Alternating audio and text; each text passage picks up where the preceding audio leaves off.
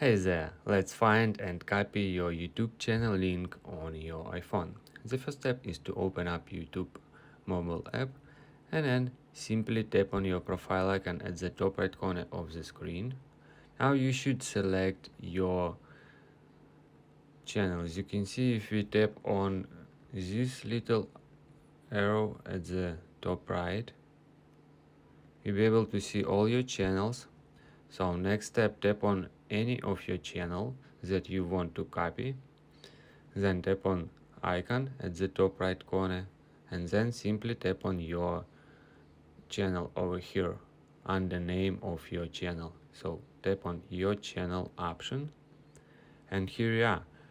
We on the same channel that we want to copy link. Next step, tap on three lines at the top right corner of the screen. From the appeared menu at the bottom, you'll be able to see share icon. Simply tap on share and then tap on copy link.